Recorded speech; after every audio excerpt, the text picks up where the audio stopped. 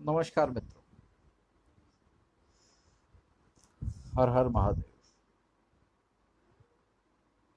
जैसा कि मैं पिछले कई दिनों से चाह रहा था कि मैं एफबी पर लाइव आऊं आपके सामने, और लाइव आने का मुख्य उद्देश्य था दिल्ली सरकार की जो है विशेष एक उपलब्धि रही है एजुकेशन। उस एजुकेशन के विषय में मैं आप लोगों के सामने कुछ बात करना चाह रहा था।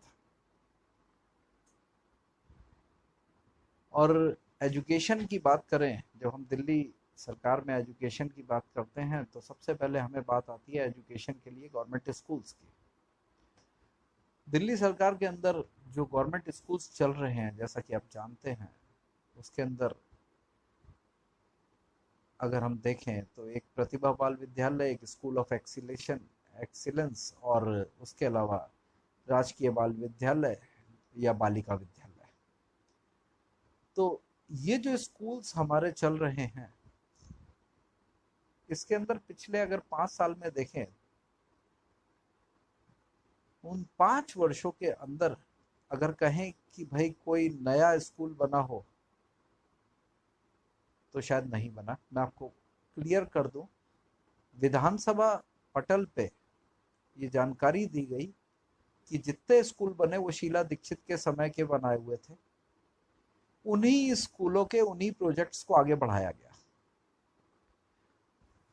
Thanks everybody for joining me. So Pradeep भाई, बहुत बहुत थैंक्स। तो अल्टीमेटली जो इशू था वो था क्या, गवर्नमेंट स्कूल्स का स्टैंडर्ड का इम्प्रूव होना। तो इस विषय में हम बात करें तो स्टैंडर्ड इम्प्रूव होता है तो कैसे होता है, एक छोटी सी मैं आपको चीजें बताना चाहता हूं। शीला दीक्षित जी जब दिल्ली के अंदर मुख्यमंत्री थी तो दिल्ली में 10वीं का रिजल्ट लगभग लगभग 90% के करीब आता था। 90%। उसके बाद से लगातार इस रिजल्ट में बड़ी तगड़ी गिरावट आई।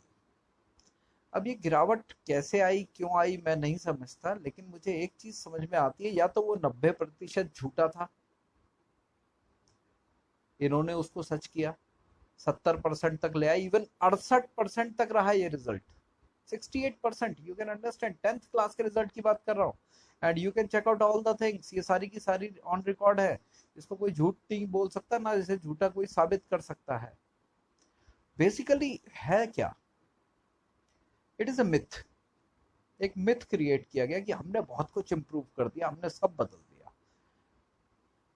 अगर इतना कुछ बदलाव होता तो 9th क्लास के करीब करीब पिछले 4 साल के अंदर 1 लाख से ज्यादा बच्चे, 10th क्लास में 1 लाख के करीब बच्चा, और 11th क्लास में 1 लाख से ज्यादा बच्चे फेल क्यों ना होते। अब बात आती है 12वीं का रिजल्ट। 12वीं का रिजल्ट गवर्नमेंट स्कूल का नो डाउट बहुत अच्छा गया, 90%, 93% तक गया।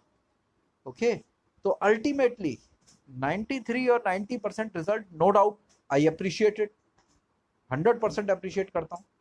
वो कैसे गया, सोचने की बात है। उसके जाने का कारण क्या है और वो कैसे गया।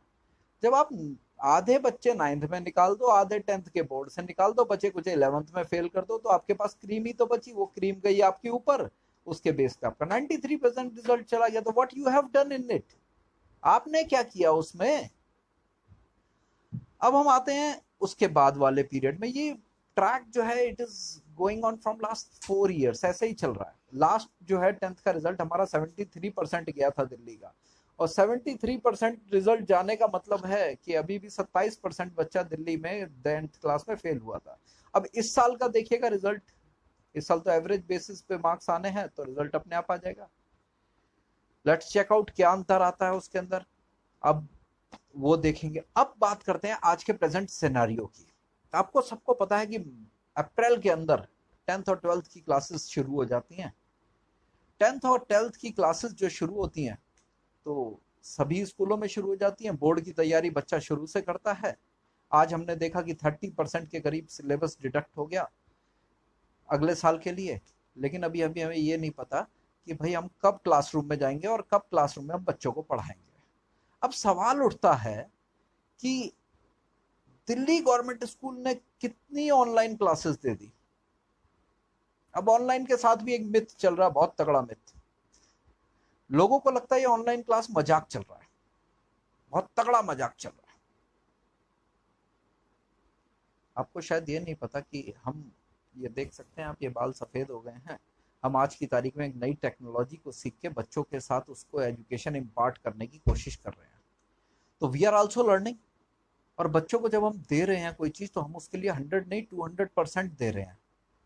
अब सवाल ये आता है, सब स्कूल्स पढ़ा रहे हैं, ये गवर्नमेंट स्कूल क्या कर रहे हैं? अभी कल मैं अखबार पढ़ रहा था, परसों परसों के अखबार में एक बात बोली गई थी कि गवर्नमेंट स्कूल के बच्चों के पास अभी ऑनलाइन हम शुरू करेंगे, प्लस साथ में एक और चीज बोली गई, अभी कुछ बच्चों के पास फैसिलिटी नहीं है। ये तो दुनिया जानती है भाई, जो बच्चा गरीब है उसके पास ऑनलाइन के लिए एंड्रॉयड फोन या कंप्यूटर या लैपटॉप कहाँ से आएगा? उसको हम अभी बुक्स प्रोवाइड करना शुरू कर रहे हैं। कुछ बच्चों को बुक दे दी गई है, कुछ को बुक दी जा रही है। अब आप सोचिए, जुलाई के महीने में आज 7 दिन निकल चुके हैं, अभी बच्चों को बुक्स तक प्रोवाइड नहीं की गई है गवर्नमेंट स्कूल के द्वारा। और ये बात करते हैं, दम भरते हैं वर्ल्ड क्लास एजुकेशन का। अब बेसिक चीजें प्रोवाइड नहीं कर रहे। इस समय आपके पास खर्चा क्या है? आपने 22,000, गिनती बता रहा हूं, 22,000 गेस्ट टीचर इस समय नौकरी छोड़ चुके हैं। क्यों? उनका कॉन्ट्रैक्ट खत्म हो गया। ठीक है। और जो गवर्नमेंट स्कूल के टीचर थे, जिनको आपने पूरी अप्रैल मई जून राशन बांटने में लगा दिया, बेचारे कईयों ने तो कोरोना वॉरियर्स की तरह फ्रंट फुट पे होकर के लीड किया, और कुछ टीचर्स ने तो दम भी तोड़ दिया। उनकी शहादत को सलाम। अब सवाल ये आता है, टीचर्स जब राशन बांटेंगे तो पढ़ाएगा कौन? तो पढ़ाई तो हुई नहीं। तो दिल्ली गवर्नमेंट स्कूल के बच्चों का क्या दोष, क्या कारण है कि दिल्ली गवर्नमेंट स्कूल के बच्चे नहीं पढ़ पा रहे? जबकि पूरे वर्ल्ड में चर्चा है। इवन अमेरिका की जो प्रेसिडेंट की बेटी थी मेलिना ट्रंप, वो भी आके तारीफ कर गई भाई गवर्नमेंट स्कूल की। अच्छा, उन्होंने तारीफ किस चीज की? क्या आप जानते हैं उन्होंने किस चीज की तारीफ की? उन्होंने तारीफ की इनकी एक स्पेशल क्लास की। What is that? अगर आप में से कुछ लोग अपने समय में गवर्नमेंट स्कूल में पढ़े हूं, मैं पढ़ा हुआ हूं, I have a privilege to study in government school, तो उनके पास एक खास तरह का अनुभव रहा होगा। उसके समय पे, उनके समय पे, हमारे समय पर एक अलग से सेशन होता था जिसे हम बाल सभा बोलते थे। ये जो आजकल जो अमेरिका तक की तारीफ हो रही है ना जिस क्लास की, वो और कुछ नहीं है, वो बाल सभा ही है। उसको इंग्लिश नाम दे दिया और उसको मॉडिफाई कर दिया। And what they are teaching over there, उसमें क्या पढ़ा रहे हैं? Have you ever read those books? No, I don't think you people have no be aware about it. आपको शायद ही पता हो उसमें क्या पढ़ा रहे हैं। मॉरल स्टोरी पढ़ाई जाती है। अब मॉरल स्टोरी पढ़ाते हुए तो आपको सबसे पहले बात आती है नैतिकता की। नैतिकता की बात आती है तो सबसे पहले आपको कुछ ऐसी कहानियों का ध्यान आना चाहिए जो धर्म संगत हो।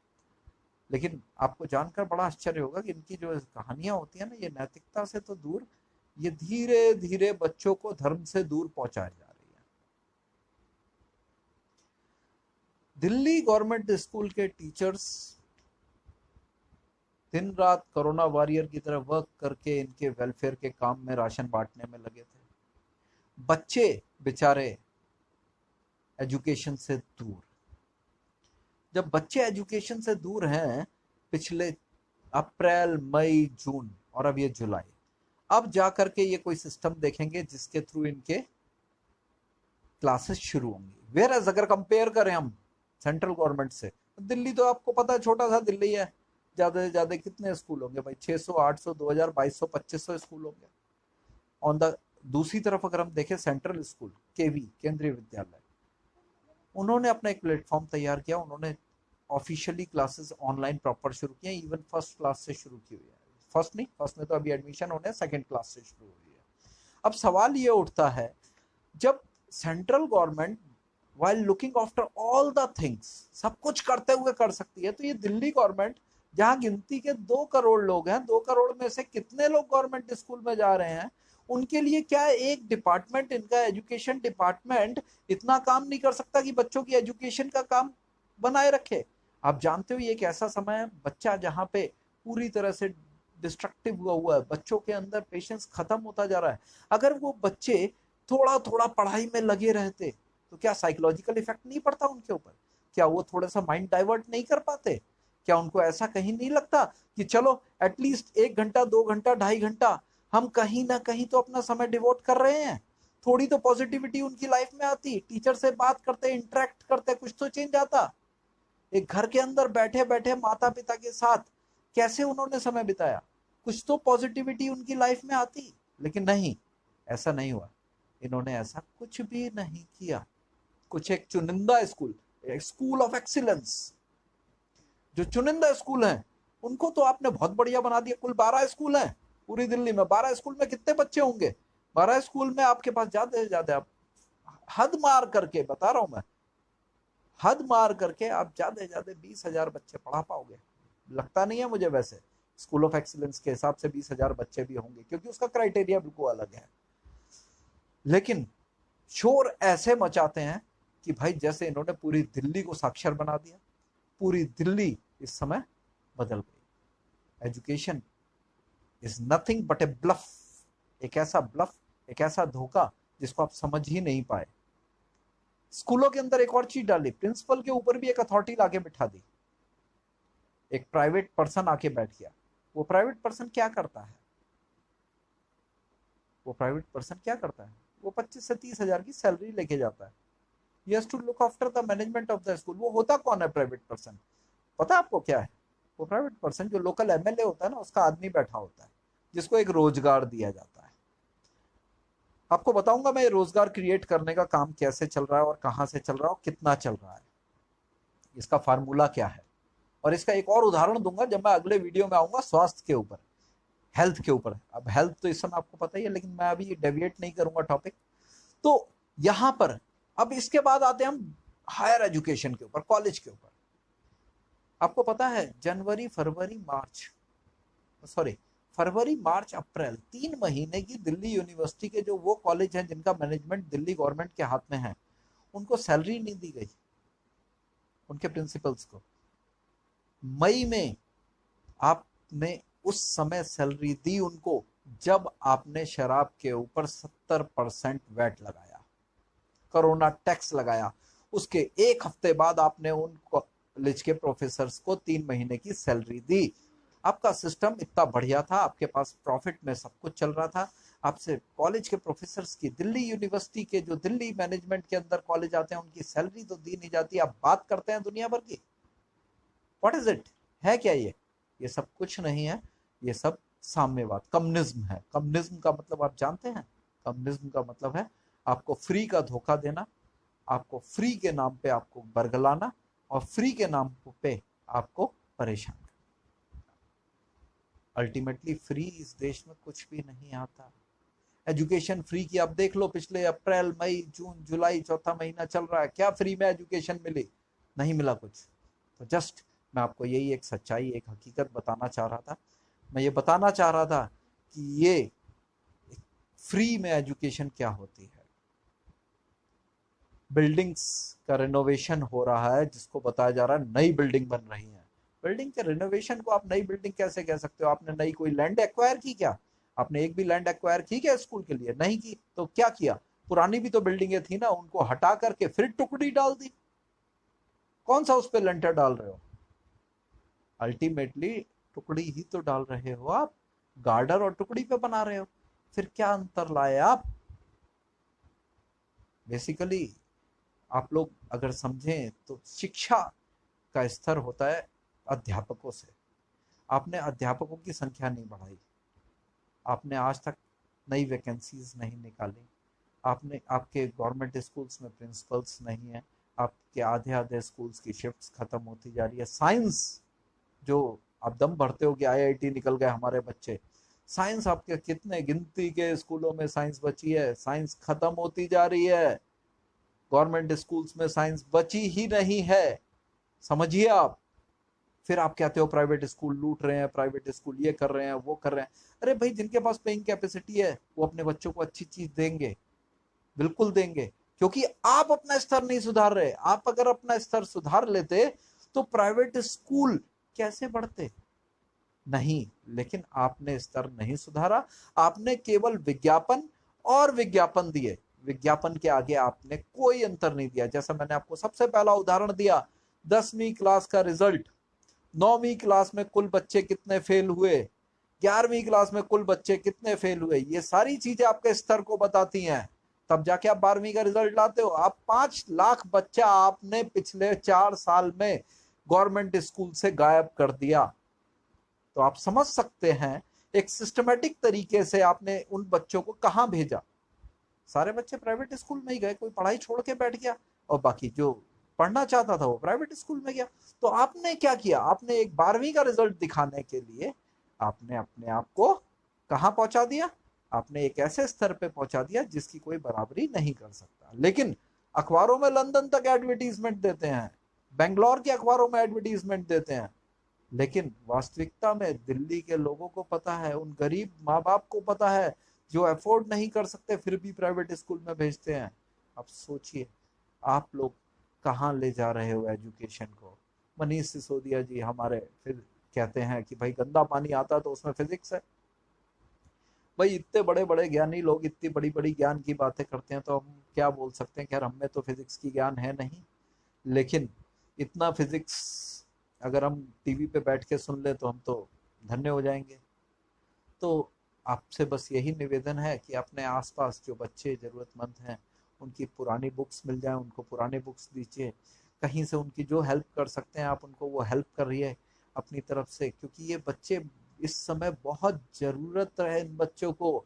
इनको चाहिए कि इनका माइंड डाइवर्ट हो, इनका माइंड पढ़ाई की तरफ जाए, जो कि नहीं हो पा रहा है। आज के लिए मैं इतना ही। जिन मित्रों ने मुझे लाइव आज देखा मैं उनका सभी का धन्यवाद करना चाहता हूँ। मैं सबका नाम तो लेना चाहता था, लेकिन बीच में अगर मैं नाम लेता तो मेरा फ्लो खत्म हो जाता और मैं वो बात खुल के नहीं कह पाता जो मैं कहना चाहता था। आज के लिए इतना ही। अगला वीडियो मेरा आपके मोहल्ला क्लिनिक के ऊपर और दिल्ली के जो बड़े बड़े आपके दावे हैं अस्पतालों के उसके ऊपर आने वाला है। थोड़ा सा समय लगेगा क्योंकि बीच में थोड़ा सा बिजी चल रहा हूँ शेड्यूल के बीच में। सभी भाइयों को राम राम, हर हर महादेव, धन्यवाद।